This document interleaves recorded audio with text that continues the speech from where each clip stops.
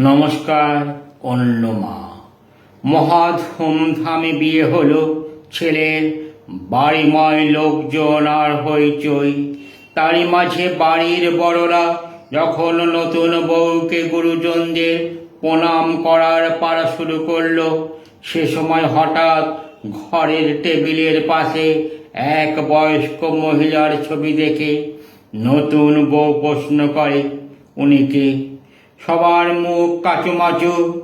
পরের দিন ভোরবেলা নতুন বউ ভোরে উঠেই ওই ঘরে টেবিলে রাখা ছবির কাছে যেতেই অবাক, বয়স্ক মহিলার ছবির পেছনে ওনার লেখা এক চিঠি।